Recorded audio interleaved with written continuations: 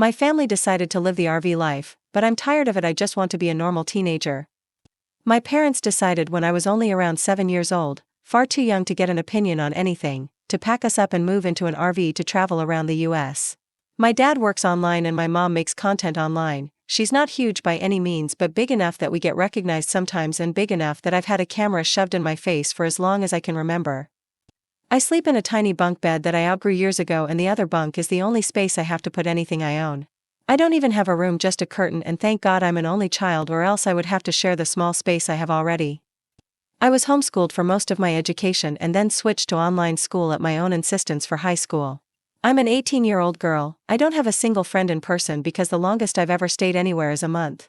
I don't have a job and no way to get one because of not being stationary unless I find one online, which also means I have no way to move out and get away from them. I've had conversations with them about all of this countless times, and they are so delusional and genuinely believe that a nomadic existence is the best way to live, so why would I never need anything else? Currently my plan is to try to figure out some making sort of income online and save up so I can get an apartment, and I'm talking with someone I've known online for a long time about maybe being roommates to help with costs for both of us. I'm also definitely looking into going to college, but I'm worried about it because with the way I was homeschooled I was very behind academically and struggled a lot in high school. I was just happy I was able to do an actual online high school program rather than homeschooling. I hate them for treating me like some pet they can just drag along in their plans rather than their child. I hate traveling, I don't like heat, I hate dealing with bugs, and I'm so sick of hiking. I can't wait for the day that I finally figure out a way to get away from them with their morning's hikes and cameras in my face.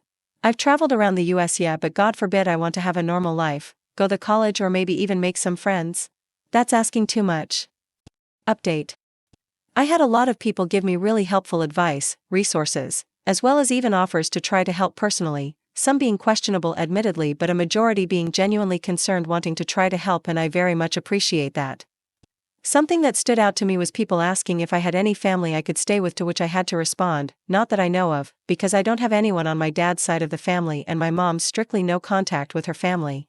I did not know if they were alive, if they cut her off, if she cut them off, or even any details about them, and my mom had never wanted to talk about it. What information I did have was my mom's maiden name, which is pretty uncommon, and where she was born, which in terms of trying to find family can actually get you surprisingly far, I've come to realize. I've always had a slight hatred for the internet because I never had any choice in my life being public knowledge, and I know that once something is out there, it's out there, but for the first time I'm actually really grateful for the internet. I was able to find some information on my mother's side of the family, and specifically was able to find my grandma's Facebook account, though it did take me some effort.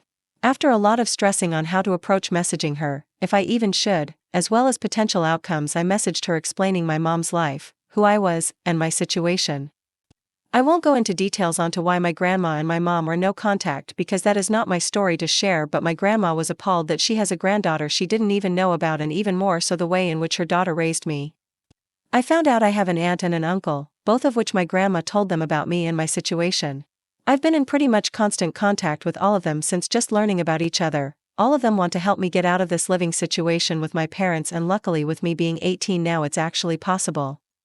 Again, I don't feel entirely comfortable going into details, but I have arrangements to go stay with my aunt who lives in a big city on the West Coast that had a lot of potential opportunities for me to start college or whatever I see fit, which I do plan on figuring out college, I'm happy to announce.